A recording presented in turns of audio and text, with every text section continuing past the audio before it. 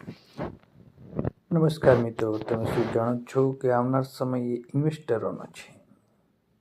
ધીમે ધીમે ગતિએ મક્કમ ગતિએ આપણે શેર માર્કેટમાં ઇન્વેસ્ટ કરીશું તો લાંબા ગાળે મોટી મૂડીનું સર્જન થશે। આપણે ફાલતુ ખર્ચામાં પણ 200-500 રૂપિયા દરરોજના વાપરી નાખીએ છીએ, તો શું આપણે એવા સ્ટોકમાં ઇન્વેસ્ટ ના કરવું જોઈએ જે આપણે 100 થી 200 રૂપિયા ફાલતુના ખર્ચો કરવાની જગ્યાએ તેમાં ઇન્વેસ્ટ કરીએ, જે આપણે લાંબા ગાળાની મોટી મૂડીનું સર્જન કરી આપે। જેમ કે આપણા ફેમિલી મેમ્બરમાં 4 થી 5 સભ્યો હોય છે, તો આપણે રેગ્યુલર દર મહિને રિચાર્જમાં 300 થી 350 રૂપિયા લેખે 1500 થી 2000 રૂપિયાનું રિચાર્જમાં વેડફીએ છીએ। તો તેના સ્થાને આપણે દર મહિને 500 રૂપિયાના આઈડિયાના શેર ભેગા કરીએ તો ધીમી ગતિએ પણ મજબૂત આપણે 12 મહિના 2 વર્ષમાં સારા એવા શેર ભેગા કરી શકીએ છીએ।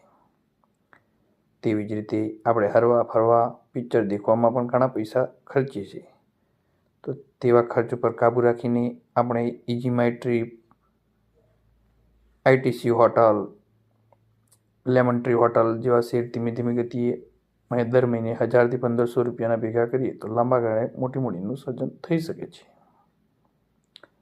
ખૂબ ખૂબ ધન્યવાદ। હું સેબી રજિસ્ટર પર્સન નથી, આ મારો એક નોર્મલ પર્સનલ વ્યૂ છે।